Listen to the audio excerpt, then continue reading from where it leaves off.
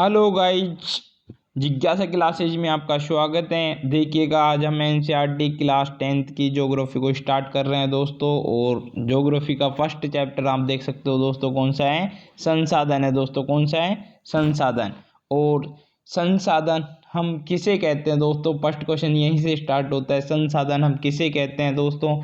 वह प्रत्येक वस्तु जो मानव की आवश्यकता की पूर्ति करती है किसी न किसी रूप में, हम उसे क्या कहेंगे दोस्तों? संसाधन कहेंगे। जैसा कि आप देख सकते हो दोस्तों, हमारी आवश्यकता को पूरा करने वाली प्रत्येक वस्तु को हम क्या कहेंगे दोस्तों? संसाधन कहेंगे दोस्तों। क्या कहेंगे? संसाधन। संसाधन या तो फैन हो सकता है दोस्तों, या टेबल हो सकता है दोस्तों, या पेट्रोल भी हो सकता है दोस्तों, और या बुक भी हो सकता है दोस्तों। ये कहीं ना कहीं किसी न किसी रूप में मानव की आवश्यकता की पूर्ति करते हैं। जैसा कि आप देख सकते हो दोस्तों, उदाहरण के तौर पर ये पेट्रोल है। पेट्रोल भी क्या कर रहा है दोस्तों? मानव की आवश्यकता की पूर्ति। ये देख सकते हो दोस्तों, कोयला है। कोयला भी मानव की आवश्यकता की क्या कर रहा है? पूर्ति कर रहा है। और देखो, मैंने चित्र लिए नहीं है दोस्तों। नहीं, मोटरसाइकिल है। मोटरसाइकिल आप जानते हो दोस्तों, मोटरसाइकिल भी क्या करती है दोस्तों? मानव की आवश्यकता की पूर्ति करती है। नेक्स्ट क्वेश्चन आएगा दोस्तों आपके सामने, संसाधन कितने प्रकार के होते हैं? तो जैसा कि देखिए दोस्तों, ये क्वेश्चन है आपके सामने आ सकता है दोस्तों, संसाधन कितने प्रकार। वैसे संसाधन मोटे तौर पर आपकी जो बुक में दिए हुए हैं दोस्तों, 4 प्रकार के संसाधन दे रखे हैं। एक तो दोस्तों उत्पत्ति के आधार पर, विकास के आधार पर, समाप्यता के आधार पर और स्वामित्व के आधार पर 4 प्रकार के संसाधन दे रखे हैं। इनमें से जो हम शुरुआत में पढ़ेंगे, उत्पत्ति के आधार पर। उत्पत्ति के आधार पर संसाधनों को 2 भागों में बांट रखा है दोस्तों। कितने भागों में बांट रखा है? 2 भागों में बांट रखा है। 1 मिनट में इसको मिटा लेता हूँ, फिर देखिएगा दोस्तों। 1 मिनट। कितने भागों में बांट रखा है दोस्तों? 2 भागों में बांट रखा है। जैसा कि देखिएगा, मैं लिख देता हूँ यहाँ पे 2 भागों में। कितने भागों में? 2 भागों में। तो आगे देखिएगा दोस्तों, जैसे कि जैव संसाधन कौन सा हो जाएगा दोस्तों? एक तो हो जाएगा जैव संसाधन हो जाएगा, और एक कौन सा हो जाएगा दोस्तों? ये यहाँ लिख देता हूँ मैं, 1 मिनट। ये हो जाएगा जैव संसाधन। ये कौन सा हो जाएगा दोस्तों? अजैव संसाधन। जैव संसाधन किसे कहते हैं दोस्तों? फर्स्ट क्वेश्चन यही आता है कि जैव संसाधन किसे कहते हैं? वे संसाधन जिनमें जीवन से संबंधित क्रियाएं होती है उन्हें अपन जैव संसाधन कहते हैं। जिन मतलब जीवन से संबंधित क्रियाओं के परिणाम स्वरूप हमें कुछ ना कुछ प्राप्त होता रहता है, उन्हें हम जैव संसाधन कहते हैं। जैसे कि आप पशुओं में भेड़ देख सकते हो दोस्तों, उसमें जीवन से संबंधित क्रियाएं होती है और उससे हमें उनकी प्राप्ति होती है दोस्तों। तो भेड़ को, या फिर गाय है, गाय से हमें दूध की प्राप्ति होती है दोस्तों। तो ये जैव संसाधन की श्रेणी में आ जाएगा। वहीं पर आप देख सकते हो दोस्तों, वनस्पति में भी जीवन से संबंधित क्रियाएं होती है, श्वसन क्रियाएं होती है, और उनसे भी हमें कहीं ना कहीं किसी न किसी रूप में फल फूलों की, अन्य औषधियों की क्या होती रहती है? प्राप्ति होती रहती है, जिस कारण से हम उन्हें जैव संसाधन की श्रेणी में रखते हैं। जैसा कि आप देखिएगा दोस्तों, इसमें लिख रखा है, इन संसाधनों की प्राप्ति जीवों से होती है। जैसे वनस्पति और क्या दे रखा है दोस्तों? पशु दे रखा है, उदाहरण के तौर पर। आगे नेक्स्ट देखिएगा दोस्तों, अजैव संसाधन जिनमें जीवन से संबंधित किसी प्रकार से कोई क्रिया नहीं होती है, वो निर्जीव वस्तु से हमें प्राप्त होते हैं, उन्हें अपन कौन से संसाधन कहेंगे दोस्तों?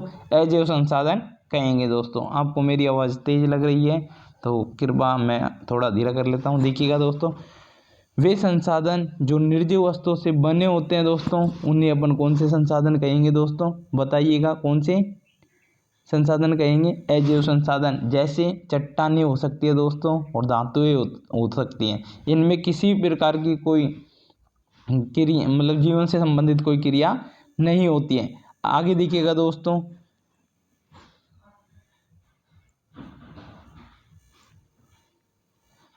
आगे दे रखा है दोस्तों, समाप्यता के आधार पर संसाधन कितने प्रकार के होते हैं? आप देख सकते हो दोस्तों, समाप्यता के आधार पर संसाधन कितने प्रकार के होते हैं दोस्तों? 2 प्रकार के होते हैं दोस्तों। कितने प्रकार के होते हैं? एक तो नवीकरणीय संसाधन होता है, और एक अनवीकरणीय संसाधन होता है।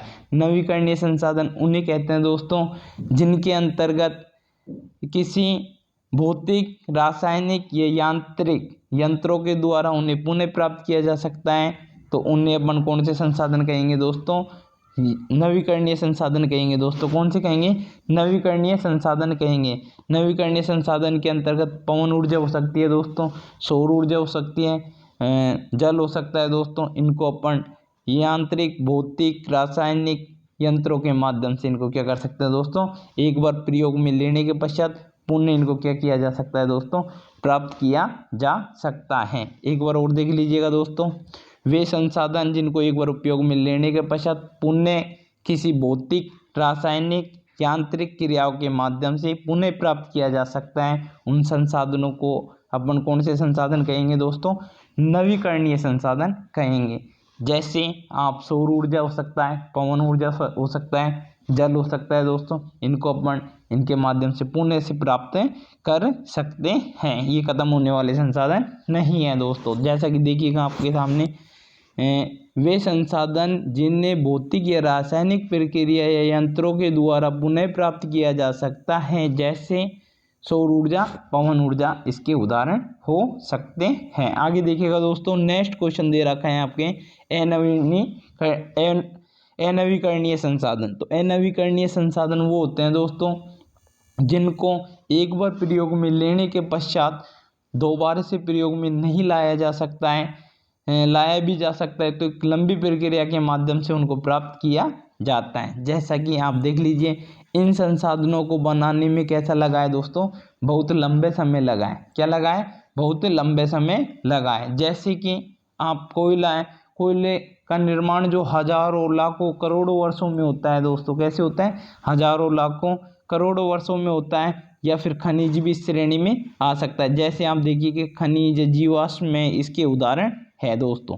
और यह संसाधन एक बार उपयोग के पश्चात, एक बार उपयोग होने के पश्चात समाप्त हो जाता है। जैसे कि आप देखिएगा, एक बार जैसे कि आप इनका प्रयोग कर लीजिएगा दोस्तों, कोयला है, पेट्रोल है, तो इनको दोबारा से प्राप्त नहीं किया जा सकता। किया तो जा सकता है लेकिन हजारों, लाखों, करोड़ों वर्षों बाद ही इनको प्राप्त किया जा सकता है। इन संसाधनों को कौन सी कैटेगरी में रखेंगे दोस्तों?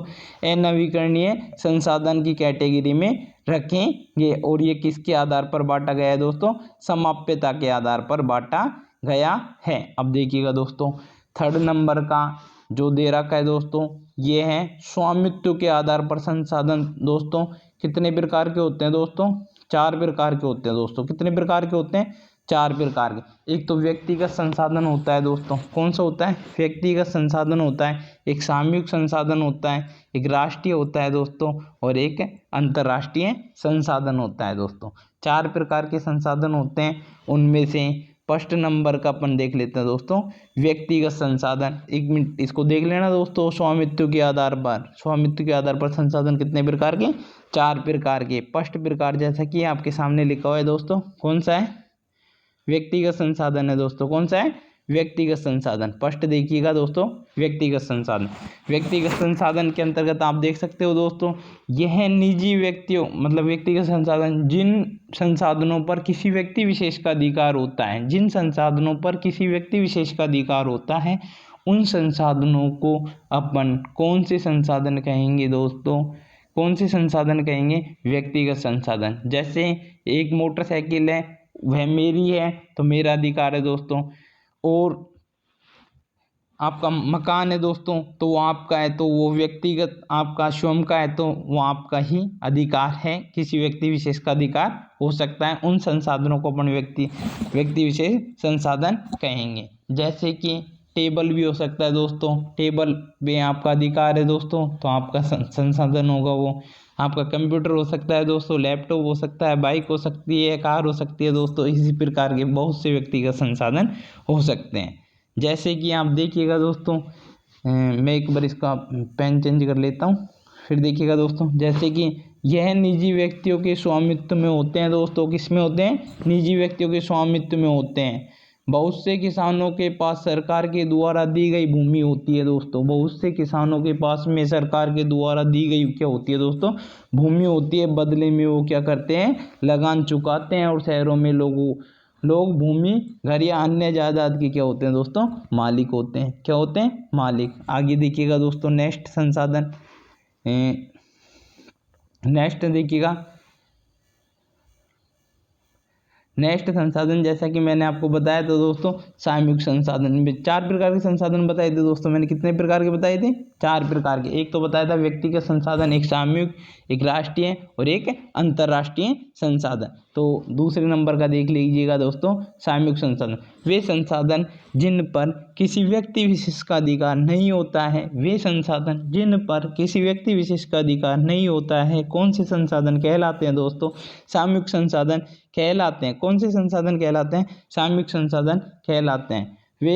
वे संसाधन, आगे देखिएगा दोस्तों, वे संसाधन जो समुदाय के सभी लोगों को उपलब्ध होते हैं, समुदाय के सभी लोगों को उपलब्ध होते हैं, किसी व्यक्ति विशेष का अधिकार नहीं होता है, कौन से संसाधन कहलाते हैं दोस्तों? कौन से कहलाते हैं? सामूहिक संसाधन कहलाते हैं। जैसे कि गांव में एक तालाब है दोस्तों, गांव में एक तालाब है, किसी एक व्यक्ति विशेष का अधिकार है? नहीं, समुदाय विशेष का अधिकार है, जिस कारण से तालाब को अपन कौन सा संसाधन कह सकते हैं दोस्तों? तालाब को कौन सा संसाधन कहेंगे? सामूहिक संसाधन। शमशान की भूमि है दोस्तों, शमशान की भूमि पर क्या आपका ही अधिकार है? नहीं, समुदाय विशेष का क्या होता है? उस पर अधिकार होता है, जिस कारण से शमशान की भूमि को भी अपन कौन से संसाधन कहेंगे दोस्तों? सामूहिक संसाधन। इन संसाधनों के अंतर्गत अन्य और भी संसाधन आ सकते हैं, जैसे पार्क भी आ सकता है दोस्तों, और भी काफ़ी सारी चीज़ें जो आ सकती है। उदाहरण के माध्यम से आप इसको समझा सकते हो दोस्तों। अगला देखिएगा दोस्तों, 3rd नंबर का, जैसा कि मैंने आपको बताया, कितने प्रकार के संसाधन होते हैं दोस्तों? 4 प्रकार के। अब देखिएगा राष्ट्रीय संसाधन। क्या देखना है दोस्तों? राष्ट्रीय संसाधन। राष्ट्रीय संसाधन ऐसे संसाधन जिन पर देश की सरकार का स्वामित्व होता है। ध्यान रखना, कहने का मतलब है राष्ट्रीय संसाधन वे संसाधन होते हैं जिन पर एक देश की या एक राष्ट्र का क्या होता है? अधिकार होता है, उनको अपन राष्ट्रीय संसाधन कह सकते हैं। जैसे ये या तो खनिज भी हो सकते हैं दोस्तों, या फिर उनका वो अधिग्रहण भी कर सकती है। एक देश की सरकार जब व्यक्तियों के विकास के लिए उस पर पूर्ण रूप से क्या कर सकती है दोस्तों? अधिग्रहण भी कर सकती है। जैसे कि आप खनिज संसाधन है, अगर खनिज संसाधन लोगों की आवश्यकता की पूर्ति कर रहा है, तो वो उस किसी व्यक्ति विशेष के पास में है, तो वो उसके ऊपर क्या कर सकती है? अधिग्रहण कर सकती है। जैसा कि आप यहाँ से समझने का प्रयास कीजिएगा, देखिएगा दोस्तों, ऐसे संसाधन जिन पर देश की सरकार का स्वामित्व होता है, देश की सरकार को अधिकार है कि वह व्यक्तिगत संसाधनों पर क्या कर सकती है? व्यक्तिगत संसाधनों पर क्या कर सकती है? अधिग्रहण खुद के अंडर में ले सकती है दोस्तों, खुद के अंडर में ले सकती है। ऐसे संसाधनों को कौन से संसाधन कहेंगे दोस्तों? कौन से संसाधन कहेंगे? बताइएगा दोस्तों। ऐसे संसाधनों को दोस्तों राष्ट्रीय संसाधन कहेंगे, राष्ट्रीय। और जैसे खनिज संसाधन हो सकता है, जल संसाधन हो सकता है, वन संसाधन हो सकता है, रेल परिवहन हो सकता है दोस्तों। क्या हो सकता है? रेल परिवहन हो सकता है। आगे देखिएगा दोस्तों, अगला नेक्स्ट दे रखा है कौन सा संसाधन दोस्तों? अंतर्राष्ट्रीय संसाधन दे रखा है। कौन सा दे रखा है? अंतर्राष्ट्रीय संसाधन। वे संसाधन जिन पर किसी एक देश का अधिकार न होकर एक अंतर्राष्ट्रीय संस्था का अधिकार होता है, उन्हें अपन अंतर्राष्ट्रीय संसाधन कहते हैं। जैसे कि एक देश है, एक देश की जैसे तटीय सीमा है, तटीय सीमा से आप 200 किलोमीटर तक एक देश का क्या होता है? अधिकार होता है। एक देश है, जैसे मान लीजिए ये देश है और ये देश की ये तटीय सीमा है, क्या दे रखी है? तटीय सीमा। तटीय सीमा कितनी है? 200। कितनी है? 200। तो यहाँ तक तो एक देश का क्या होता है? अधिकार होता है, लेकिन इसके बाद में यहाँ पर किसी देश का कोई अधिकार नहीं होता है। इसे अंतर्राष्ट्रीय संस्थाओं का क्या होता है? अधिकार होता है। इसे अपन कौन सा संसाधन कहेंगे? अंतर्राष्ट्रीय संसाधन कहेंगे। जैसे कि आप देखिएगा दोस्तों, कुछ अंतर्राष्ट्रीय संस्थाएं इनका क्या करती है? नियंत्रण करती है। कुछ अंतर्राष्ट्रीय संस्थाएं होती है दोस्तों जो इनका क्या करती है? नियंत्रण करती है। तट रेखा से 200 समुद्री मील 200 समुद्री मील दूरी पर 200 समुद्री मील दूरी से परे महासागरीय संसाधनों पर किसी देश का अधिकार नहीं होता है दोस्तों। किसी देश का क्या नहीं होता है? अधिकार नहीं होता है। कहने का मतलब ये है, एक देश है ये, और एक देश के यहाँ से 200 मील तक जाएंगे दोस्तों, इसके पश्चात यहाँ पर किसी देश का क्या नहीं होगा दोस्तों? अधिकार नहीं होगा। जैसे कि मैं एक चित्र के माध्यम से और स्पष्ट करने का प्रयास करता हूँ। जैसे ये देश है और ये देश के पश्चात यहाँ तक तो 200 मील है दोस्तों, कितनी है 200 मील। तो यहाँ तक तो किसी देश का अधिकार है, वरना यहाँ पे किसी देश का अधिकार नहीं है। आगे देखिएगा दोस्तों, आगे दे रखा है विकास के आधार पर संसाधनों के प्रकार। विकास के आधार पर भी दोस्तों संसाधनों के प्रकार कितने होते हैं, 4 होते हैं दोस्तों। कितने होते हैं, 4। फर्स्ट दे रखा है आपके सामने संभावी संसाधन। कौन से संसाधन दे रखे हैं दोस्तों, संभावी संसाधन। वे संसाधन जो किसी प्रदेश में विद्यमान तो होते हैं पर इनका उपयोग नहीं किया गया। जैसे कि ऐसे संसाधन जो विद्यमान तो होते हैं दोस्तों, लेकिन उनका अभी तक किसी प्रकार से कोई उपयोग ना किया गया। उपयोग कैसे किया जाएगा दोस्तों, तकनीकी के अभाव के परिणाम स्वरूप। तकनीकी के अभाव के परिणाम स्वरूप उन संसाधनों पर पहुंच नहीं है, जिस कारण से उन्हें वहां से निकाल पाना संभव नहीं है। ऐसे संसाधनों को कौन से संसाधन कहेंगे दोस्तों, संभावी संसाधन कहेंगे दोस्तों। कौन से संसाधन कहेंगे, संभावी। आगे देखिएगा दोस्तों, इसमें जैसे कि चलो ठीक है, वे संसाधन जो किसी प्रदेश में विद्यमान तो होते हैं, क्या होते हैं, विद्यमान तो होते हैं, पर इनका क्या नहीं किया गया है दोस्तों, उपयोग नहीं किया गया। ऐसे संसाधनों को कौन से संसाधन कहेंगे, संभावी संसाधन। उनकी संभावनाएं क्या की जा रही है दोस्तों, व्यक्त की जा रही है कि इस क्षेत्र में यहाँ पर ये संसाधन मौजूद है, लेकिन तकनीकी के अभाव के कारण उनका उपयोग संभव नहीं है। ऐसे संसाधनों को संभावी संसाधन कहते हैं दोस्तों। कौन से संसाधन कहते हैं, संभावी।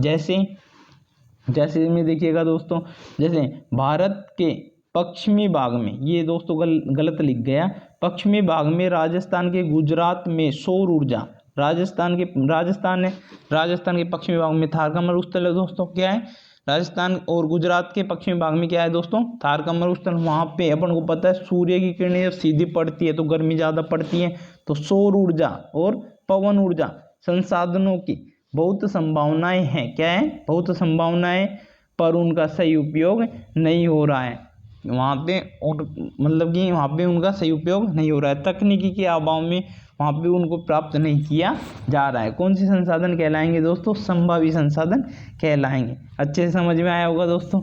आगे देखिएगा दोस्तों, आगे देखिएगा, जैसे विकसित संसाधन दे रखा है दोस्तों। कौन सा दे रखा है, विकसित संसाधन दे रखा है दोस्तों। कौन सा दे रखा है, विकसित संसाधन। अब देखिएगा विकसित संसाधन किसे कहते हैं दोस्तों, तो विकसित संसाधन वे संसाधन जिनका सर्वेक्षण तो किया जा चुका है, उनके उपयोग की मात्रा भी निर्धारित की जा चुकी है, उन्हें अपन कौन से संसाधन कहेंगे दोस्तों, कौन से संसाधन कहेंगे, विकसित संसाधन कहेंगे दोस्तों। कौन से संसाधन कहेंगे, विकसित। जैसे विकसित संसाधन, जैसे कि कोई भी वस्तु है जिसके उपयोग की मात्रा निर्धारित, जैसे कि अभी जस्ट क्या बोलते हैं, सीकर जिले में टंगस्टन का पता लगाया गया है दोस्तों। किसका, सॉरी टंगस्टन नहीं है, एक धातु है, कहने का मतलब है, उसका नाम याद नहीं आ रहा। एक जैसे मान लीजिए कोई भी धातु है जिस क्षेत्र में उसका पता लगाया जा चुका है कि यह धातु इस क्षेत्र में यहाँ तक उपयोगी कारगर सिद्ध हो रही है और इसकी मात्रा इस क्षेत्र में इतनी है, तो उन संसाधनों को कौन से संसाधन कहेंगे दोस्तों, विकसित संसाधन कहेंगे। कौन से कहेंगे, विकसित। जैसे कि वे संसाधन जिनका उपयोग सर्वेक्षण किया जा चुका है दोस्तों, और उनके उपयोग की मात्रा भी क्या की जा चुकी है, निर्धारित की जा चुकी है कि इस उपयोग तक काम में आ सकते हैं, तो उन संसाधनों कौन से संसाधन कहेंगे दोस्तों, विकसित संसाधन कहेंगे, विकसित। अब आगे देखिएगा दोस्तों, भंडार कोष। ऐसे संसाधन जो हमारे धरातल में या हमारे देश में भंडार के रूप में या कोष के रूप में उपलब्ध तो है, लेकिन उनका अभी तक उपयोग नहीं किया जा रहा। किसके कारण, तकनीकी के अभाव के परिणाम स्वरूप। उन्हें हम किस श्रेणी में रखते हैं दोस्तों, भंडार कोष की श्रेणी में रखते हैं। जैसे कि आप देखिएगा दोस्तों, ये भंडार दे रखा है, क्या दे रखा है, भंडार।